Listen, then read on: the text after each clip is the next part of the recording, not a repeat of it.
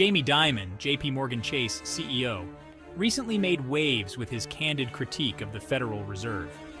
Dimon, known for his usually diplomatic approach, didn't mince words when he highlighted the Fed's missteps and their potential fallout. His statements, delivered at a closed-door banking summit, sent shockwaves through the financial world, raising eyebrows and sparking debate. Dimon's critique centers around the Fed's handling of inflation and its opaque decision-making processes, issues that have plagued the institution for years. Dimon's concerns, however, run deeper than mere policy disagreements. He hints at a deeper conflict, one that has long simmered between Wall Street titans and the institution tasked with regulating them.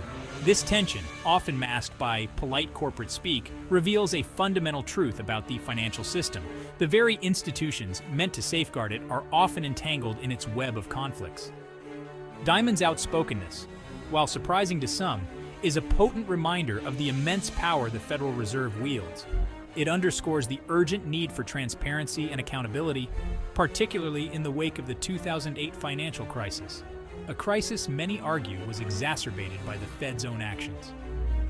His words serve as a stark warning, urging us to confront the uncomfortable realities of a system that often prioritizes the interests of the few over the well-being of the many. The relationship between big banks and the Federal Reserve is long and fraught with conflicts of interest. It's a story of revolving doors, cozy relationships, and a system that often seems rigged in favor of the powerful.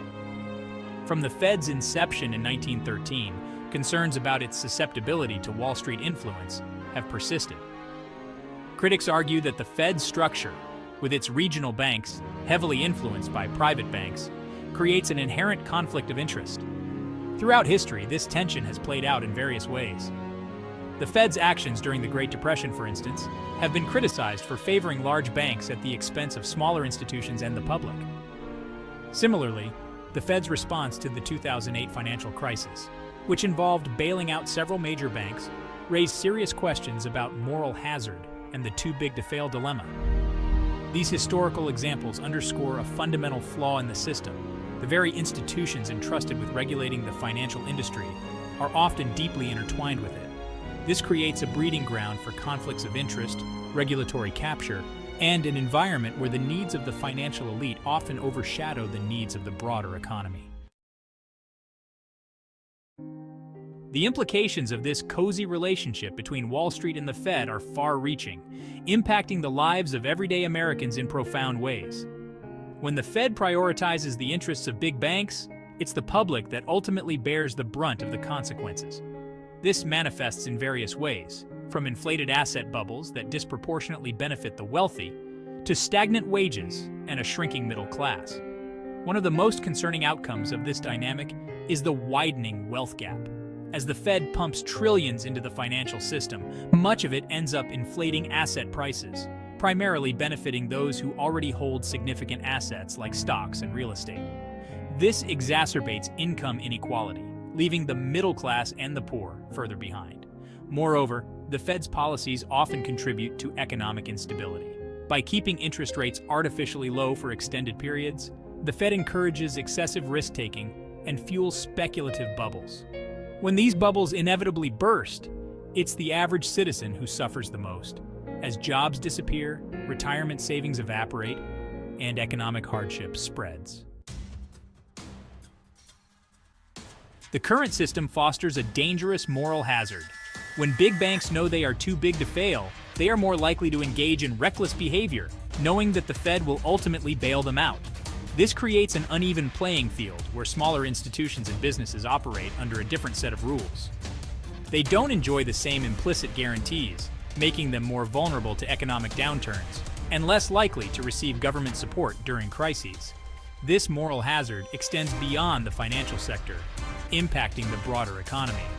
When businesses and individuals believe that the government will always intervene to prevent failure, it distorts market signals and encourages excessive risk-taking across the board. This ultimately leads to misallocation of resources, unsustainable debt levels, and a more fragile economic system overall. The consequences of this moral hazard are profound. It undermines the principles of free markets, erodes public trust in institutions, and creates a system where recklessness is rewarded and prudence is penalized.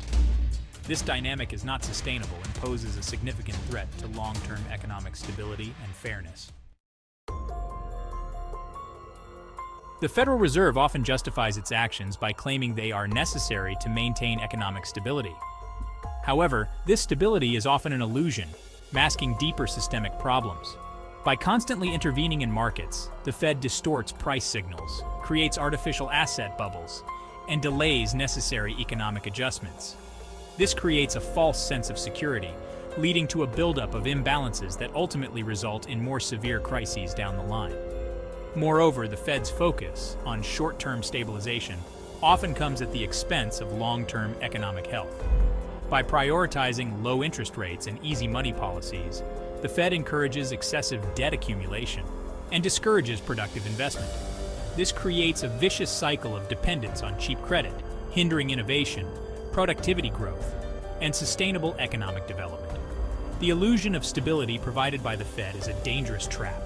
It lulls us into a false sense of security, preventing us from addressing the root causes of our economic woes.